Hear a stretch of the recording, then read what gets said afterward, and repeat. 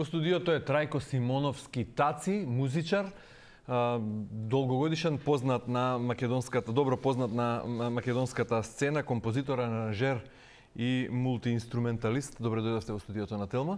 Благодарам за поканата. Жалам што сте во вакви околности и по ваков повод. Жалам и јас исто така. Да, и придружувајќи се со најдлабоки и искрени сочувства на семејствата на загинатите, би сакал да ве прашам кус коментар. Како ја примивте веста за пожарот и за загубените животи? Катастрофа, трагедија, едноставно нема зборови да се опише тоа, иако гледан од некоја перспектива, критичарска перспектива, беше за очекување дека ќе се случи, дека може да се случи тако нешто, бидејќи сме виделе се и се што понашава драга Македонија. Во една од првичните реакции на социјалните мрежи напишавте кус пост во кој рековте дека пожарот во Кочани, односно трагедијата, е кулминација на долгогодишната импровизација во сите сфери во државава. За поголема инспирација, односно провокација, ќе ми дозволите да цитирам дел од постот на Facebook. Нас, музичарите, не тепала незаземена струја, сме паѓале од мали, нестабилни сцени, ни се заканувале со шлаканици, чекајќи ги парите до 4-5 сабајле, не прцуеле и напаѓале пијани, невротични газди и посетители, ни барале песни без кои не се може, плукајки не. Понекогаш среќата е единствениот фактор зошто и како сме стасале дома во 5 сабајле, живи и здрави. Ова што се случи во Кочани ноќеска е кулминација на години екзистирање во така наречен македонски мод, каде се е импровизација и моментална снаодливост, целотејпот е хаусмајсторот, каде без се може освен без врски во локалната власт, каде домашните музичари се само нужно зло кое треба да се преживее додека дојдат другите. Каков е тој македонски мод? Во неколку збора кога би требало да го опишете, како би го опишале? Клинички центар. Значи, каков ни е клинички центар, сега тоа би требало да е врвна институција, можете да замислите какви се состојбите во кој какви кафани, клубови, дискотеки по земјава. Значи, зборуваме, конкретно зборувајќи за постот, мој драг пријател, сериозен професионален музичар, го скоро па го утепа струја овдека во градски клуб, наш скопски клуб. Едноставно струјата беше не знам, имало проблеми. Тоа се и да имам разбирање дека се случи, следниот ден тој клуб продолжи да работи. Сега такви примери има милион. Друг мој постар колега, за жал, повреди друг човек кој што беше пијан, кој што дојде до него да му бара песни или што више беше, не сакајќи се случаи отторнување и повреди сериозни и така. Примери има милион. За да не бидеме премногу општи и за секој од нас да ја почувствува, односно да се повикаме и на одговорност со име и презиме или лична одговорност. Зошто ете овој пријател што го посочувате како сериозен, професионален, долгогодишен музичар? Па и вие, Трајко Симоновски не е случајно име во македонската музичка уметност. Вие сте долгогодишен басист, познат автор, познат докажан музичар. Сте прифатиле да настапувате во такви клубови? Па гледате, во договорот што претходно го правевме, јас ви кажав дека има многу аспекти оваа цела работа и се од која перспектива ќе тргнеме.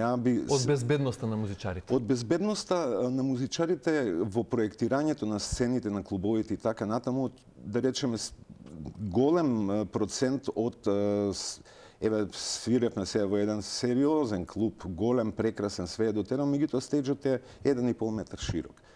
На други места, да речеме, звучниците се тука одма до нас, па сабајле не ни слушаш, не ти гледаш, не ти ништо. Има многу различни аспекти на цела работа, ама има еден генерален поглед, а тоа е еден комплетен дисреспект кон оваа сцена и ова се што се случи е само последица од тоа. Чисто за пример да ви кажем, од безбедносни причини, беа парни ваљак сега пред 2 месеци беа тука.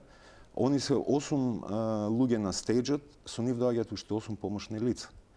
Почнајќи од шофер до тон мајстор, све. Значи, буквално колку се напред, толку се и во продукција, така да... За нив се прави посебна сцена? Како нив ги собира на сцената? Како за нив има место? Не, добро, парни ваљак настапува во поголеми, нели, во салата настапуваше Јане Сандански. Сега постои дискрепанција во продукцијата, односно во скапотијата, богатството и средствата со кои што се располага, ама генерално тоа е еден професионален третман. Ако колегите мои драги сега починати од ДНК носеле, јас сега го дознав тоа дека самите носеле пиротехниката, тоа подразбира дека некој треба да се грижи за пиротехниката. Не може они да бидат во ист момент и уметници и менаџери да договарат за парите и за саундот да се грижат, едноставно не е возможно. И тоа е, пак ДНК е еден од беше еден од нашите најпопуларни бендови и сепак мора да се соочуваат со еден таков аматеризам околу нив.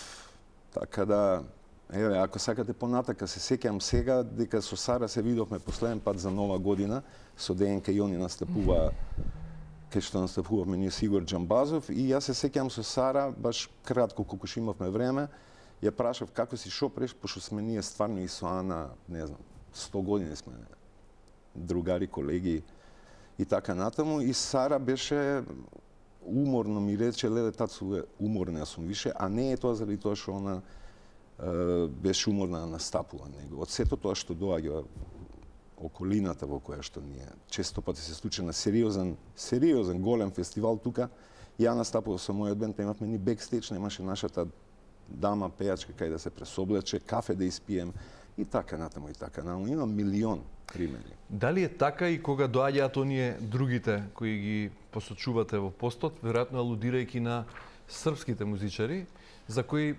слушаме високи суми во евра за настапи во македонските градови? Да, веројатно кога се даваат високи суми, автоматски се припремате, па целиот тој третман секако дека се.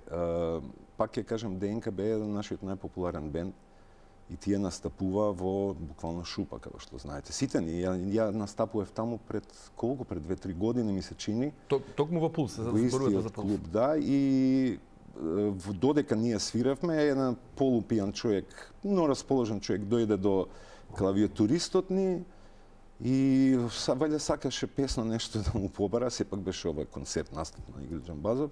И од денаш како му рипна, почна да го тепаат луѓето и се случи така еден негативна сцена, која што во принцип не би требало да се случи. Но ова се, господине, ова се работи кои што се пред 40-50 години више договорени и осмислени како треба да се случуваат. Само кај нас се уште тоа некаква импровизација, откриваме топла вода и мислам. Добро, еве, бидејќи го спомнавте и Пулс, вчера на ова место седеше Петар Младеновски, пеца Суперхикс, рече дека според неговиот впечаток околу 90% од клубовите се слични или исти како овој во Кочани. Дали и вие го делите тој впечаток? И еве, какво е вашето искуство при настапите и во Пулс и во други клубови низ Македонија?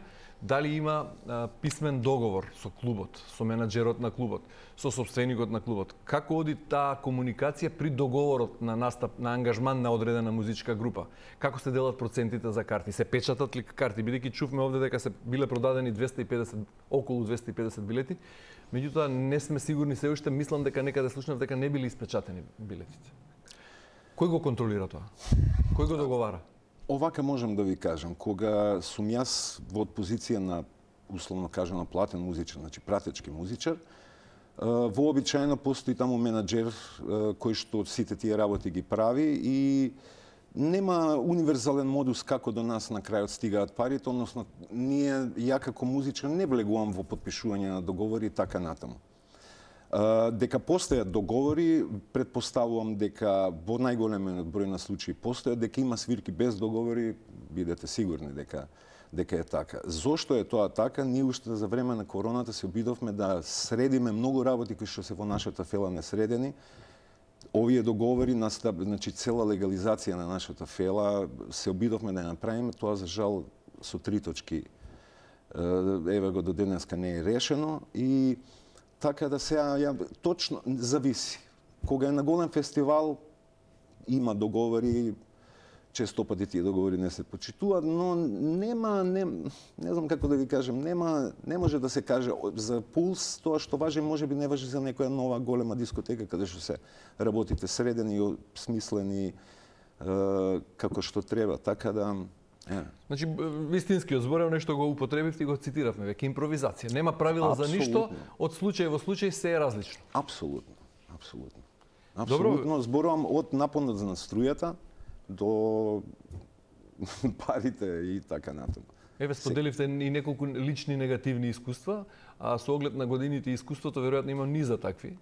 Низ годиниве, бидејќи импровизација долгогодишна импровизација во се. Слушајте, јас верев и со Тоше Проевски. И со Тоше Проевски настапувавме, по Македонија настапувавме и надвор. И, како да ви кажам, ги имате тие две димензии различни. Еве, што ви оставило најголем впечаток како разлика дома, настап дома и настап во странство од крајност до крајност? Не мора со Тоше Проевски, на било кој настап сте настапували и потоа во странство, и по Тоше Проевски. Па, ако сакате, еве Тоше Проевски, кога свиревме во Канада, дојдоа пожарникарите и рекоа концертот нема да почне, не исклучија струјата, бидејќи имаше луѓе кои што седеа на скалите, не на седиште. Додека тие луѓе не се тргнат од таму, нема да настапуваат. Тоа е едното, не знам, прво што ми текно. Да, во позитивна насока. Нема што сега ние да измислуваме тука сега, ама знаете, ке братучет ми толку е под капацитетот, толку има, нели, инфраструктура за толку луѓе и пријатно.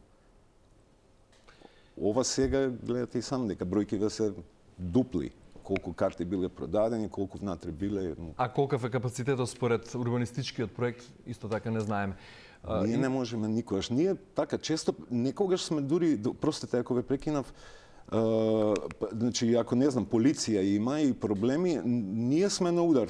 Као знаете, ние правиме галамата. Сега некој комшија таму се буни заради музичарите што му прават галамата, не заради тоа што имаат проблеми со дозволите. И со звучната изолација, и со објектот зашто е даден и пуштен во употреба. Имено. И ваш повторно личен впечаток во однос на настапите во македонските клубови, во однос на капацитетот.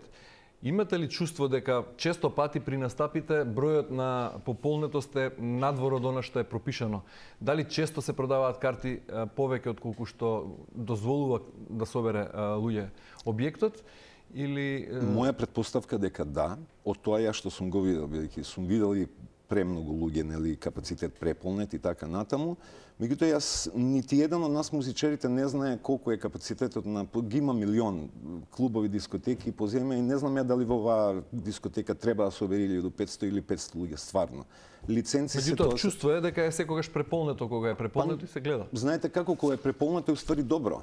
Ние, значи, концертот ќе биде преполно луѓе, ама сега гледаш дека тука имам нешто проблем со бројкава и дека едноставно нема изведувачи, немаат кај да настапуваат, на стејч ни доаѓаат луѓе. Ако воопшто постои стејч. До 2007 настапувавте со Тоше Проевски. Имате ли чувство дека работите се менуваат и ако се менуваат во негативна насока се менуваат или има минимално подобрување? Кога зборуваме генерално за музичката уметност, за музичката индустрија и условите во кои таа екзистира? Овак, музичката индустрија во Македонија по мене страда сериозно.